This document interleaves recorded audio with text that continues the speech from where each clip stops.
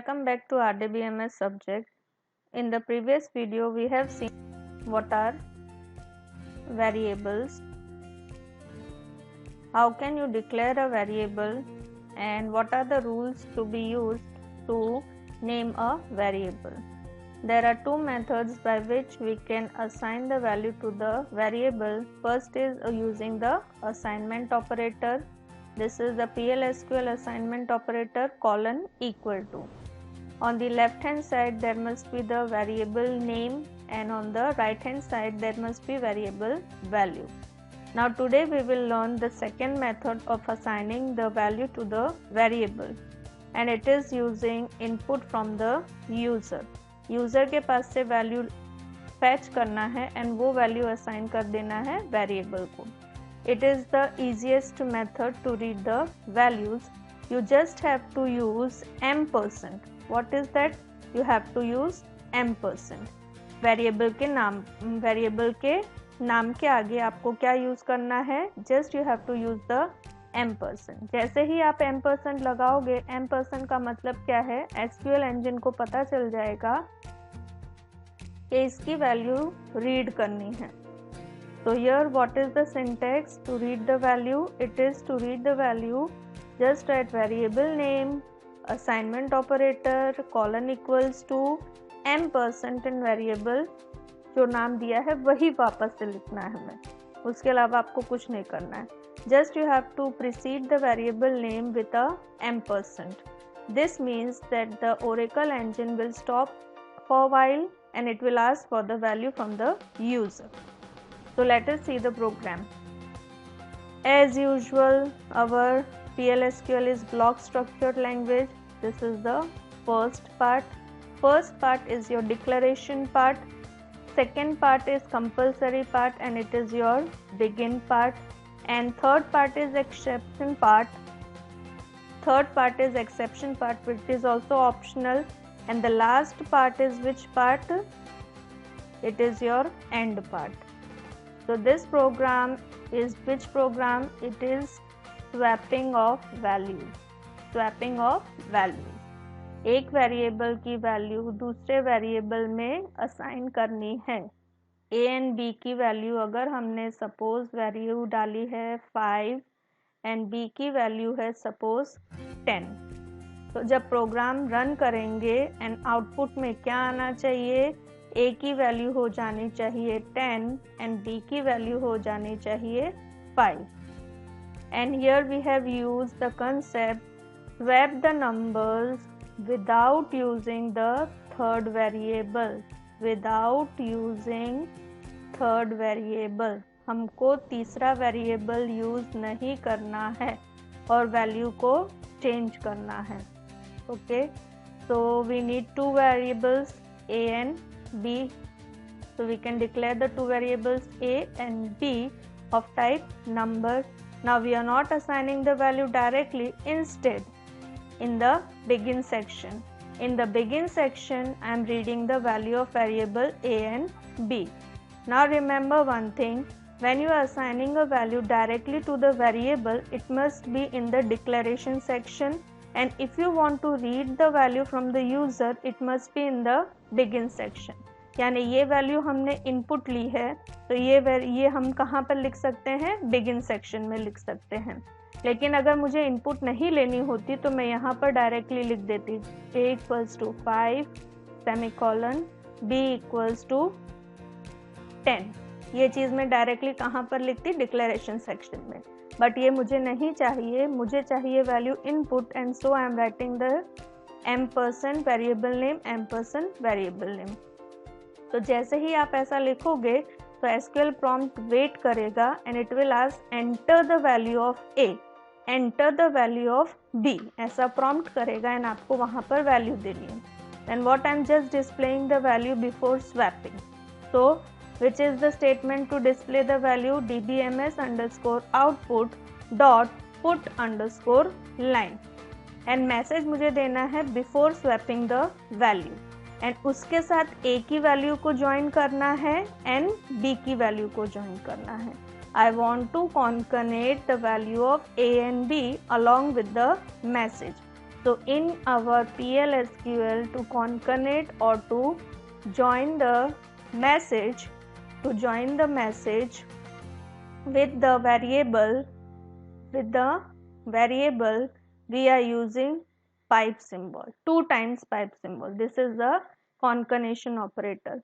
So before swapping, equal to concatenate, 2 pipe symbol a, that is value of a, again concatenate, and b equals to again concatenate value of b. So wherever you want to join 2 values or 2 variable names, then you have to use concatenation operator, that is 2 times pipe symbol.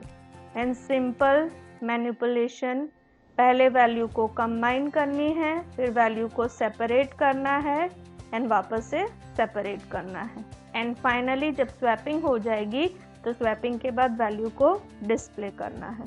So this program will swap the values of 2 variables without using the third variable.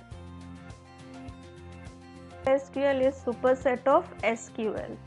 That means what? Superset है SQL का, तो जो भी चीज़ हम SQL के अंदर करते थे वो सारी चीज़ें हम PLSQL में भी कर सकते हैं.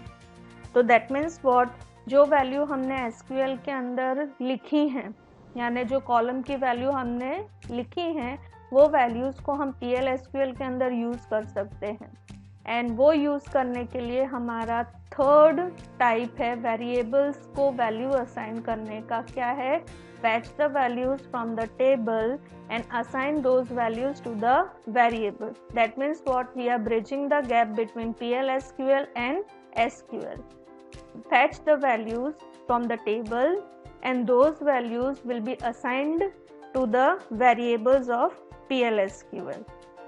And this can be done using select into statement of SQL to assign values to PLSQL variables. Very tricky part, आपको select statement ही यूज़ करना है, लेकिन select statement के साथ साथ आपको क्या यूज़ करना है? variables यूज़ करने हैं. कौन से variables यूज़ करने हैं? PLSQL वाले variables यूज़ करने हैं. एंड इस बार हमें कौन सा क्लॉज लिखना है? select into क्लॉज करना है. So what does select into clause does? It moves the values from select queries column list into corresponding PLSQL variables. तो जो भी आपके कॉलम के नाम आपने स्पेसिफाई किए हैं उसकी वैल्यू पिकअप करके वो कहाँ असाइन करता है? PLSQL के वेरिएबल्स में असाइन करता है. So for each item in the select list there must be type compatibility variable into list, यानी कॉलम का टाइप एंड वेरिएबल का टाइप मैच होना चाहिए. So variables must be declared before mentioning in the select statement. Variables को use करने से पहले variable को डिक्लेयर करना पड़ेगा एंड लिखना क्या है? Select column 1, column 2 up till column N. जितने भी कॉलम्स आपको लिखने हैं सारे कॉलम्स के नाम लिखने हैं separated by a comma into variable 1, variable 2 from table name. Same select statement but which clause we are adding? We are adding the into clause. So this is what we are doing. We are fetching the name. We are fetching name and address of the student whose roll number is 120 to PLSQL variables. तो name and address आपको fetch करना है, यानी आपको 2 variables लेने हैं, तो 2 variables का डिक्लेरेशन होना चाहिए. ये दोनों वेरिएबल्स का डिक्लेरेशन में कौन सा टाइप आएगा? varchar आएगा. क्यों varchar आएगा? क्योंकि नाम और एड्रेस दोनों क्या हैं? स्ट्रिंग है. And these variables must be declared where? They must be declared in the declare section. Declare section में आने चाहिए. एंड बिगिन सेक्शन में हमें लिखना पड़ेगा select into statement. Select column के नाम that is name and address into variable name V name, that is variable name कौन सा दिया है हमने? We name. वी नेम क्यों दिया है? क्योंकि वो अलग करता है. वी का मतलब वेरिएबल है एंड कौन से फील्ड को वो फैच कर रहा है? नेम को कर रहा है, इसलिए मैंने क्या लिखा है? V underscore name. And address को फैच करने वाले वेरिएबल का नाम ही क्या दिया है? V underscore address. From student where roll number is equals to 123. Same आपको याद रखना है कि ये जो आपके कॉलम के नाम है एंड वेरिएबल के नाम है दोनों सेम मत लो, वेरिएबल के नाम के आगे आप क्या लगा दो, वी लगा दो, that's it. And then after displaying the after fetching the values into the variables, I want to display those values, so I will be writing dbms underscore output dot put underscore line. Student's name, this is a message and I want to concatenate it with the variable value, that is v name के साथ join करना है and बीच में एक space चाहिए तो space को concatenate कर दिया and last value क्या होनी चाहिए, address होनी चाहिए. अब आपको यहाँ याद रखना है कि into clause is compulsory. Why into clause is compulsory? Because we are fetching the values of column into variables. And here the query must return exactly one row. यानी 123 रोल नंबर सिर्फ एक ही स्टूडेंट का होना चाहिए. अगर एक से ज़्यादा स्टूडेंट की वैल्यू आई तो ये वाला स्टेटमेंट एग्जीक्यूट नहीं होगा और एक एरर आएगा, नो डेटा फाउंड और टू मैनी रोज एक्सेप्शन.